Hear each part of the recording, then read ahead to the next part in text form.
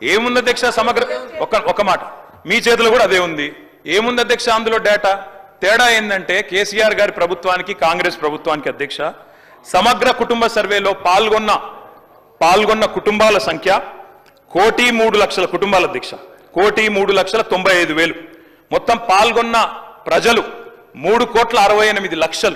3,68,00,000 జరిగింది ఒక్క రోజులో 24 గంటల్లో రాష్ట్ర వ్యాప్తంగా ప్రతి ఇంటిని ఎన్యూమరేట్ చేసి అత్యద్భుతంగా చేసినాం. మేము చేసిన తర్వాత ముఖ్యమంత్రి గారు నిజంగా ఎంత మిస్లీడింగ్ గా మాట్లాడుతున్నారంటే అధ్యక్ష వారు అంటారు, అధ్యక్ష ఇంతకు మించిన టాపిక్ లేదు అధ్యక్ష. వారు అడిగిన ప్రశ్నకు తప్పకుండా మా ప్రభుత్వం గతంలో చేసిన పని గురించి వారు అనుమానాలు తలెత్తే విధంగా ఏదైతే మాట్లాడినారో దాని గురించి చెప్పాలి అధ్యక్ష. వారు అంటారు అధ్యక్ష బీసీల సంఖ్య అందులో ఎంత అని. ఎస్, ఆనాడు బీసీల సంఖ్య సమగ్ర కుటుంబ సర్వే ప్రకారం 1,85,61,856 51%.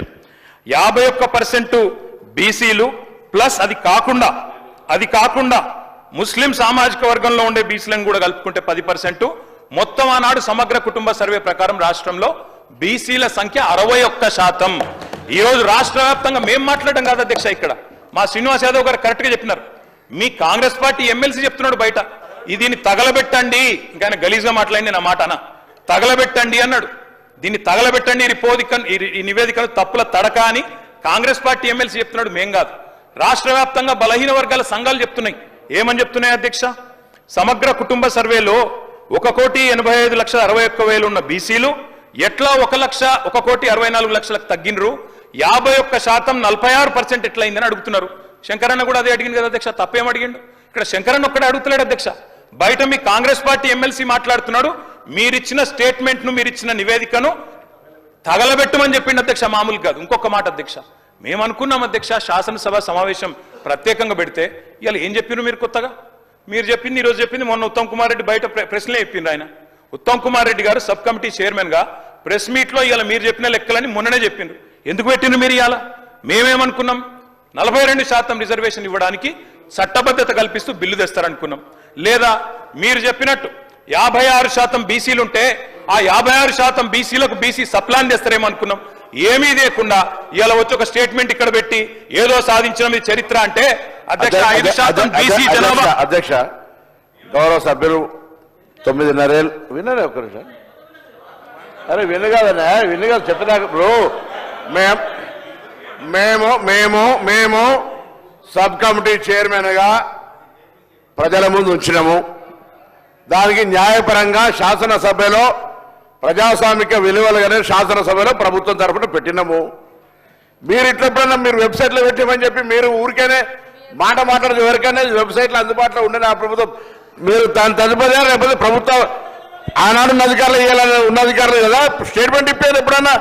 ఎప్పుడైనా ఎస్కేఎస్ సర్వే పబ్లిక్ డొమైన్ లా చట్టబద్ధత కలిగి ఉండేదా దాని గురించి మాట్లాడేటువంటి సందర్భం అవసరం లేదా? 2011 జనగణన ఆనాడు బీసీలది లేదు, బీసీలకు సంబంధించిన జనగణన చేయాలని అందరి ఆలోచన జరిగింది. దానికి సంబంధించి సర్వేలు సహకరించకుండా దీని గురించి మాట్లాడితే దానికైతే అర్థమే లేదు.